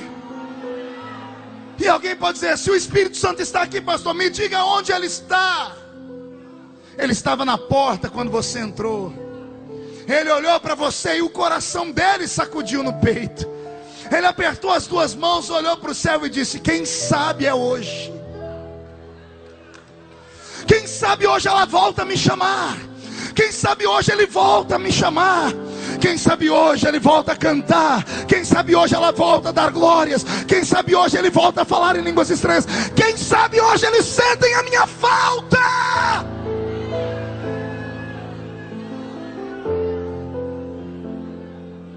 Eu encerro contando uma história. Eu tive um grande amigo que faleceu há alguns anos atrás. Pastor Jabes conheceu ele, o bispo Enoque, lá da Inglaterra. A primeira vez que eu fui à Inglaterra, eu tinha feito uma campanha, uma cruzada na África, e da África me abriu uma porta na Inglaterra. Eu era muito mais fervoroso do que sou hoje. Estava naquele primeiro amor, nasci no meio da roça, eu não conhecia as benesses de uma vida de regalias ainda. E quando eu cheguei na Inglaterra, em Londres, eu queria conhecer logo de cara um templo consagrado a Deus. Eu amava a matéria de eclesiologia em teologia, a doutrina da igreja, a história da igreja cristã. E lá em Londres tem um templo, que é o templo do avivamento. E eu pedi para o Enoque, pastor Jabes, me levar lá. E eu entrei numa igreja. Pensa numa igreja diferente, de madeira, quadrada, sem caixa de som. A acústica tão perfeita que você fala, todo mundo escuta. Eu nunca vi uma engenharia tão perfeita. A igreja é centenária. Na parede dela em cima tem grandes quadros, escrito nomes de homens que pregaram lá. Aí quando eu li, Jonathan Edwards, pregador de um único sermão, pecadores na mão de um Deus irado, levou a Inglaterra inteira aos prantos. Moody foi o último a passar por lá. Depois o incêndio de Chicago fez uma grande obra de avivamento. Mas antes dele, Finney havia pregado naquela igreja, Charles Finney. Eram tantos nomes que eu me senti no meio da história. Eu olhava para os nomes e lembrava tudo que eu sabia sobre eles. Do lado direito do púlpito tinha uma placa de bronze escrito: o maior avivamento da Grã-Bretanha aconteceu aqui. E tinha o nome dos crentes que participaram do avivamento. E eu estava na tribuna, eu olhei naquela tribuna, eu falei: Jesus, eu estou aqui onde pregou Jonathan Edwards. Eu falei: me dá a graça deles, me dá a unção deles. Tocou um sino, o Enoque me agarrou pela mão, me arrastou pelo meio da igreja. Eu falei, o que foi? Jesus está voltando. Ele falou, não, o pastor está chegando, é hora do culto. Domingo de manhã, o maior culto daquela igreja. Culto de ceia. Entrou pela porta, pastor, um pregador anglicano, usando uma toga, parecendo um padre. O sermão dele escrito em 12 páginas. Ele chegou, começou o culto, pediu para que o organista tocasse uma música, e aquela igreja cheia de banco vazio. Tinha 6 pessoas dentro da igreja, mais eu e o Enoque, 8. Era culto de ceia. Parecia um culto fúnebre. Ele leu aquele sermão em 12 páginas. Ele parava, tossia, escarrava, bebia água e lia de novo. Virava a página e lia. Parava, tossia. Serviu a ceia. Eu nunca vi uma coisa tão morta em toda a minha vida. Estava me dando desespero. Terminou, ele deu a bênção apostólica. Ele entrou pelo fundo e saiu pelo fundo. Eu olhei para o Enoque e eu disse, é isso? Ele disse, é isso. Eu falei, é isso que sobrou do avivamento? Ele disse, é isso. Eu falei, não, me deixa conversar com aqueles irmãos lá. Estavam saindo, eram 3 casais de velhos. Eu nunca vou esquecer, eles pararam para me ouvir, porque o Enoque disse que eu era brasileiro e eles amavam os brasileiros. E eu comecei a perguntar para eles, falei, Enoque, pergunta para eles, cadê o avivamento daquela parede? Enoque disse, não, se fazer isso aqui, eles vão achar que você está afrontando. Eu disse, larga a mão de ser frouxo, homem. Você não tem coragem, me ensina que eu falo. E ele me ensinou, e eu falei, nem sei se eu falei certo. Falei em inglês. Eu falei, brothers and sisters, where are the revival of the hall? Cadê o avivamento? Estava ali naquela parede. Os 6 se entreolharam e abaixaram a cabeça. Um deles, nunca vou esquecer, o irmão Smith. Um inglês desse tamanho assim, cabelo branco como a neve, olhos azuis e um óculos fundo de garrafa, escorado numa bengala. Ele abaixou a cabeça também. Quando ele levantou, aquele olho azul foi ficando vermelho. Ele tirou o óculos e falou com Enoque, diga para ele que a pombinha do Espírito Santo não voa mais aqui. Eu ouvi da boca daquele velho dizer que a pombinha do Espírito Santo não voava mais ali. E ele começou a me dizer que fizeram uma gaiola. O Reino Unido fez uma gaiola e prenderam o Espírito Santo. Ele disse, eu sou um dos que quando criança dormia debaixo desses bancos. Minha mãe e meu pai vinham para os cultos de vigília, eu ficava debaixo dos bancos num paninho deitado. Eu via Deus falar em profecia, coisas grandes aconteciam, até que a igreja ficou muito rica, muito famosa, e o velho pastor não prestou mais. E aí os ricos e famosos, porque a própria rainha teve lá para saber qual era o crescimento, e aquilo trouxe status, a igreja foi parar nos jornais, e a igreja se tornou um ponto turístico. E a glória saiu de Deus e entrou no templo. Ele disse, eu vi acontecer de todos sumirem. Pastores importantes começaram a chegar, começaram a bloquear, dizer, não tem que ter grito aqui, não tem que ter gente correndo aqui dentro, não tem que ter profecia. Ele disse que um dia o pastor levantou a voz e disse, por onde passou o Espírito, que foi a ti, não veio a mim, que sou o anjo da igreja. E começou a matar, morreu a igreja. Me deu um aperto no peito. E aquele velho disse assim, ora por nós, porque lá no seu país tem, né? Eu disse, lá nós temos. Nós juntamos as mãos, começamos a orar. Eu orava e o Enoque interpretava, Jabes. Eu orava e o Enoque interpretava, até que Deus me tomou em línguas. O Enoque parou. E eles perguntaram para ele, o que é que ele está falando? O que é que ele está falando? O Enoque disse, isso aí não dá para interpretar, porque é a língua do céu. E o irmão Smith olhou para os outros, e o Enoque disse para mim, que ele falou assim, vocês lembram quando nós falávamos isso? Nós éramos crianças e falávamos isso. Tiraram isso de nós. E disseram, nós queremos de novo. Eu orei com eles. Foi tão triste aquele dia. Quando eu fui saindo, eles disseram, no Brasil tem outros igual você? Disse, tem. Manda eles para cá. Manda eles vir acender de novo a chama. Oh meu Deus, eu sinto Deus aqui. Eu estou vendo gente com os olhos lacrimejando. Jesus te trouxe a memória onde você nasceu. Jesus te trouxe a memória o dia que Ele te batizou com o Espírito Santo. Ele está te trazendo a memória os cultos que você buscava, que você cria. O Senhor me trouxe hoje aqui para te dizer: filho, eu não mudei, eu quero te dar de novo, eu quero te encher de novo. O vento quer soprar. Fica de pé comigo.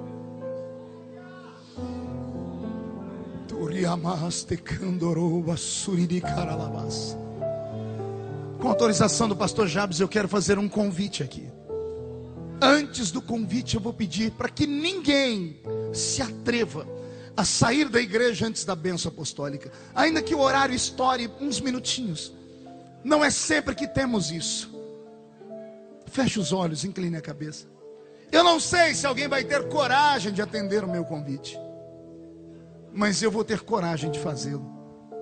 Eu queria aqui perto de mim homens e mulheres que já foram brasas de fogo, que já profetizaram, cantaram, pregaram, ensinaram, fizeram campanhas, tinham chamada missionária, acreditavam nos dons.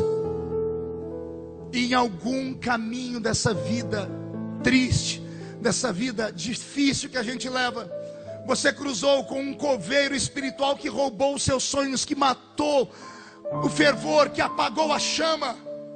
E ao me ouvir pregar, você foi tocado.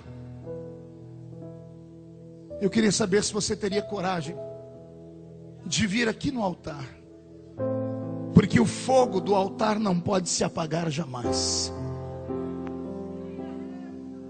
Eu queria te convidar a vir aqui perto de mim, para a gente buscar de novo. Isso, venha chorando mesmo. Ah, meu Deus. Oh, Espírito de Deus. Ah, Senhor, eu quero navegar no seu oceano, meu Deus.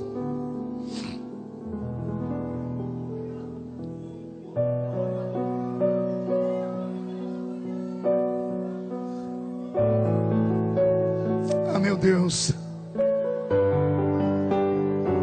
Ah, meu Deus.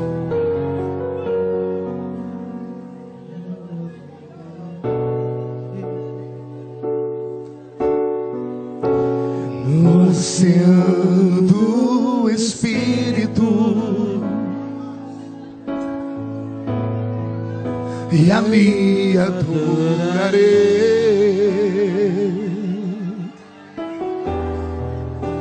ao Deus do meu amor.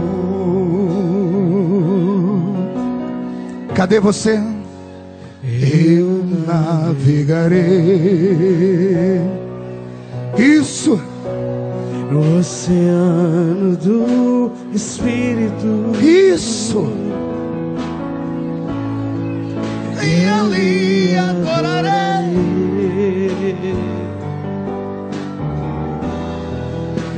ao Deus do meu amor.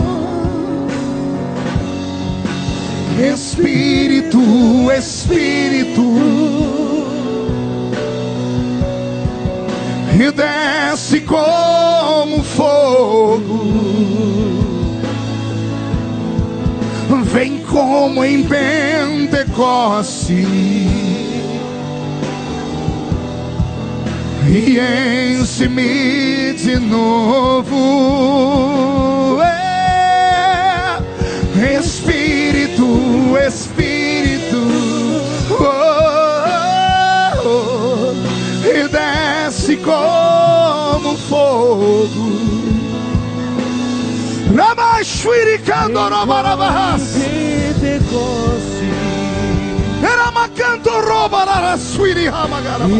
Enche-me de novo. Os que estão ajoelhados, fiquem de pé. Fique de pé, pegue na mão de quem está do seu lado. Vai perder a chance, filho. Vai mesmo voltar para casa dizendo que o culto foi legal, que o pregador foi 10. Não é isso que Deus quer. Deus quer você de volta. Vem, vem, vem. Espírito, Espírito,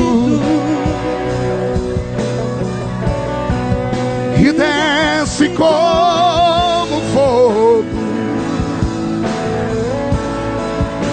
Vem, vem como em Pentecoste, vem, vem sobre esse lugar. E enche-me de novo. Jesus, renova, renova, renova, renova, renova, renova, renova, renova, renova a sua igreja. Desce como fogo. Vem como em Pentecoste e enche-me de novo. Eterno Deus de Israel, eterno Deus e Pai, nós não negamos a nossa fé nem a nossa origem.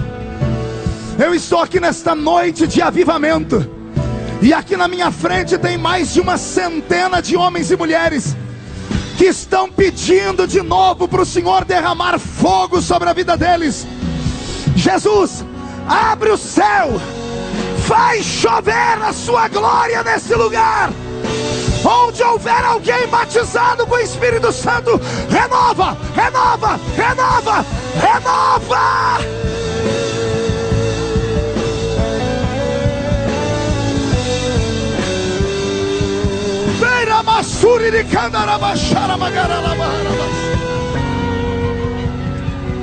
Senhor, assim como eu ouço línguas estranhas, eu quero profetizar que depois desta noite os seus filhos vão voltar a ter sonhos, vão voltar a ter visões, vão receber uma unção profética, vão ser batizados com o Espírito Santo dentro do carro, vão ser batizados com o Espírito Santo dormindo à noite. Vai haver um avivamento nesse lugar. São Paulo será a capital do avivamento do Brasil, meu Deus.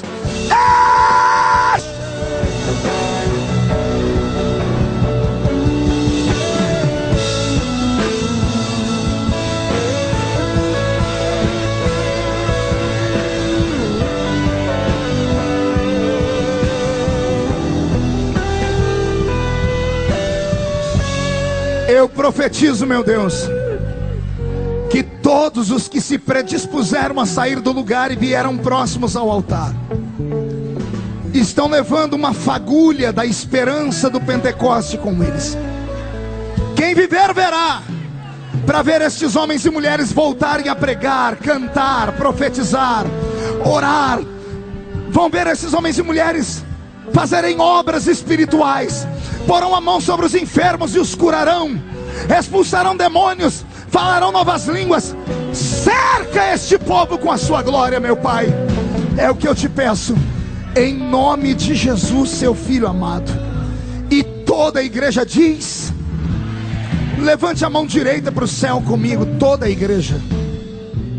Diga comigo, em nome de Jesus. Todos os demônios que esfriaram a minha fé, roubaram meu fervor, que levaram embora os dons, eu ordeno, não estou pedindo, estou ordenando. Venha para a palma da minha mão agora. Feche a sua mão com força. Vou contar até 3, você vai jogar no chão e vai pisar em cima. E você vai abraçar 3 pessoas e vai dizer para eles: o Espírito está navegando na sua vida de novo. 1, você nunca mais será o mesmo. 1,5, sua família vai sentir orgulho de você de novo. 2, você vai ficar cheio do Espírito Santo. 2,5, o mês de outubro será um mês de avivamento para a sua vida. 3, jogue no chão, pise em cima. Abrace, abrace, abrace. Espírito, Canta. Espírito, E desce como fogo. Vem como em Pentecoste e enche-me de novo. Espírito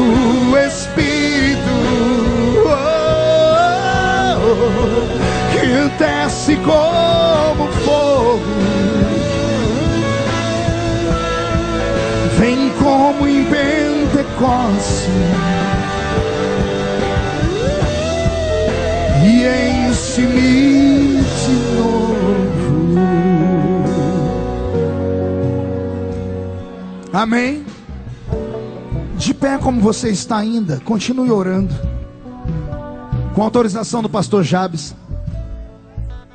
Tem um outro grupo de pessoas aqui dentro que vieram hoje atraídos pela propaganda. Alguns vieram para ouvir o deputado polêmico. Outros vieram porque a família insistiu muito. Outros nem sabem por que vieram, porque no seu coração você não queria estar aqui. Você tem mágoa de igreja. Você foi excluído, foi excomungado. Não entenderam que o seu deslize foi por causa da sua natureza humana, e tiraram tudo que você tinha. E esqueceram de te falar que quando alguém é desligado na terra, ele é desligado no céu. Porque quando dois concordam aqui, é concordado lá em cima. Você me ouviu pregar e ficou emocionado, mas você sabe que se sair por essas portas agora e a trombeta do arrebatamento tocar, você não pode subir conosco. Não pode subir, porque você precisa refazer o caminho do altar. Pastor, mas ninguém mais acredita em mim. Jesus acredita. E ele me mandou te fazer uma pergunta agora. O que foi que ele fez de errado para você? Onde foi que ele te machucou? Quando foi que Jesus teve preconceito com você? Você deixou a casa dele por causa de homens. Homens são homens. Ele te fez promessas, mas ele está impedido de cumprir as promessas porque você está desligado. Mas se você tiver coragem nesta noite de devolver para Deus o que é dele, que é a sua vida. Você já teve coragem de vir aqui? Você já deixou a sua vida hoje? Você deixou todos os afazeres? Você já veio à igreja? Você está conosco aqui até agora? Se você tiver coragem de sair do seu lugar e vir aqui perto de mim, você que está afastado,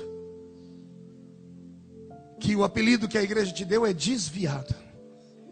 Eu digo outra coisa, eu digo que você estava de férias, e as férias vencem hoje à noite.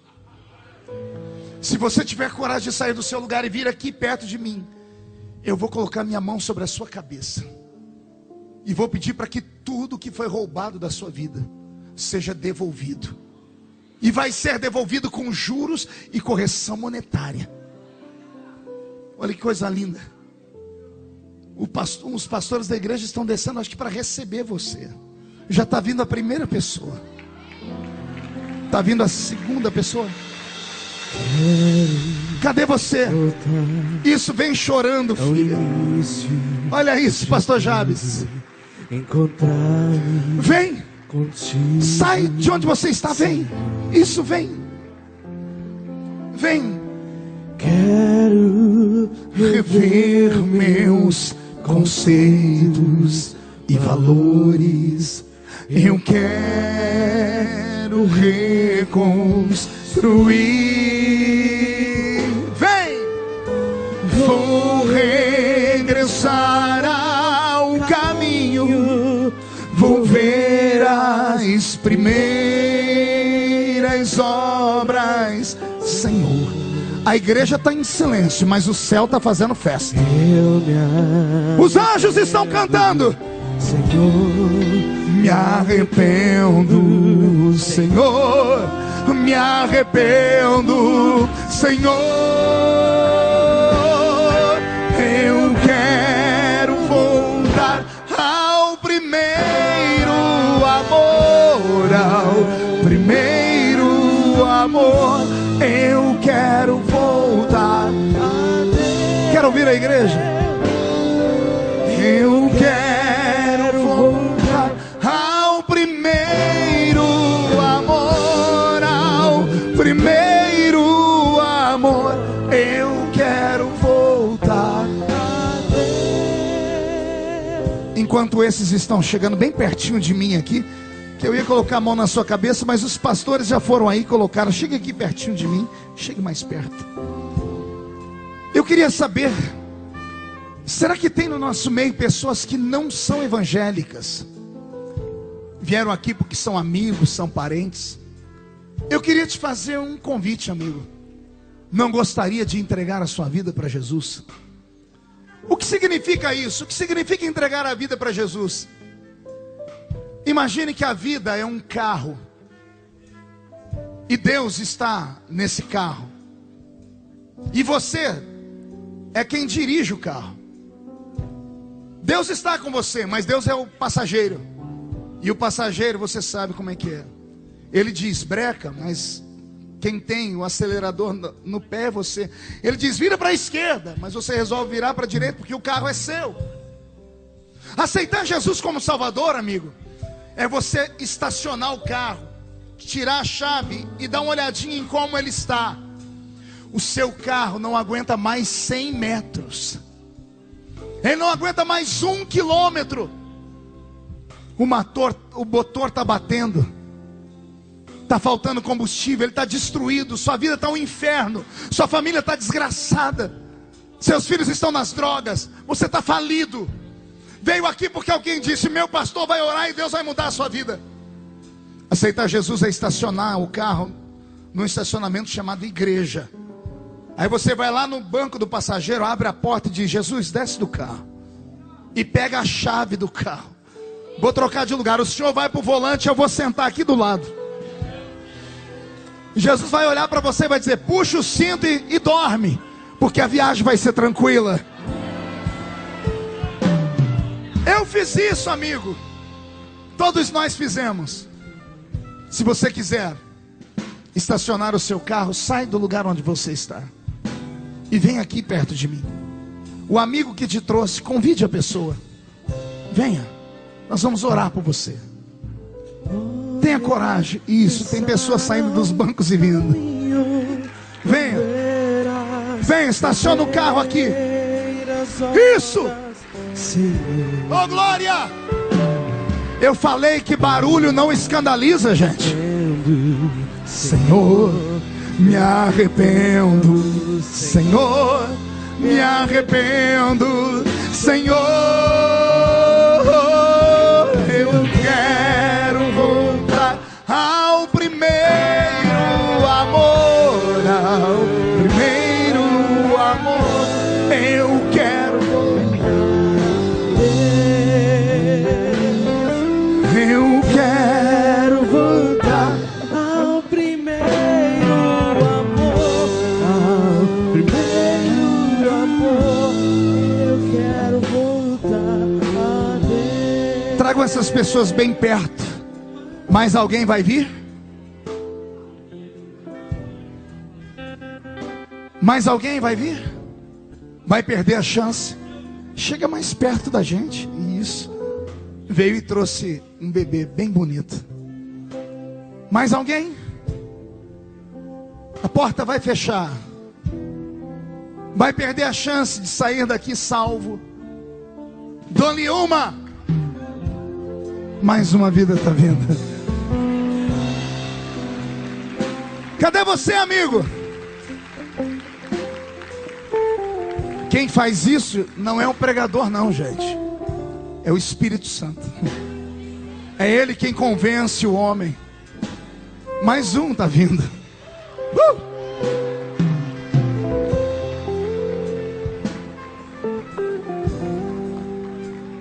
Glória a Jesus. Chega bem perto de nós. Mais alguém? Vou pedir. Obrigado, pessoal aí. Deixa só o fundo do teclado para mim, só um pouquinho. Mais alguém? A igreja vai estender as mãos para cá. Vocês vão inclinar a cabeça e colocar a mão no coração. Todos vocês que vieram à frente, coloque a mão no coração. Senhor Jesus, nós colocamos nas suas mãos essas vidas preciosas, deste bebê que está no colo da mãe, a esse homem de cabelos brancos, passando por esse casal, por esses adolescentes, por esses jovens vigorosos, que nesta noite estão tomando a decisão mais certa da vida. estão estacionando o carro deles aqui, trocando de lugar contigo, meu Pai. O pecado que até agora estava atormentando eles está sendo apagado, porque o nome deles está sendo escrito no livro da vida. As maldições herdadas e adquiridas estão caindo por terra. Toda obra de feitiçaria, de inveja, foi quebrada agora. Eu profetizo que depois dessa noite eles vão sair escoltados pelos anjos, e no próximo culto vão estar conosco aqui na D Bom Retiro. E quem viver verá, para ver cada um deles ser renovado e ter uma experiência profunda com o céu. Profetizo isso em nome de Jesus. E a igreja diz? A igreja vai dar uma salva de palmas, e vocês vão receber um abraço desses salva-vidas que estão aí do lado de vocês. Vão ganhar um presente. Deixa eu falar aqui então. Olha aqui, cada um de vocês que veio à frente, além de receber esse abraço gostoso, vão receber um livro e uma fichinha. Nós queríamos muito que você preenchesse essa ficha ainda hoje, se fosse possível, principalmente com o nome e um telefone. Se der para preencher a ficha inteira, melhor, se não, o nome e um telefone. E você, a partir de hoje, não vai ter mais paz, porque a família Bom Retiro vai ficar no seu pé até ver você crescer em Cristo, até ver você virar um pastor, a senhora virar uma pastora. A igreja diz amém aí? Feito? Então, esse aqui é seu. Pronto. A equipe pode trabalhar com eles, entregar aqui. Graças a Deus. Amém, igreja? Tome seu assento mais um minutinho, aplaudindo a Jesus porque Ele é bom. Glória a Deus. Maravilha.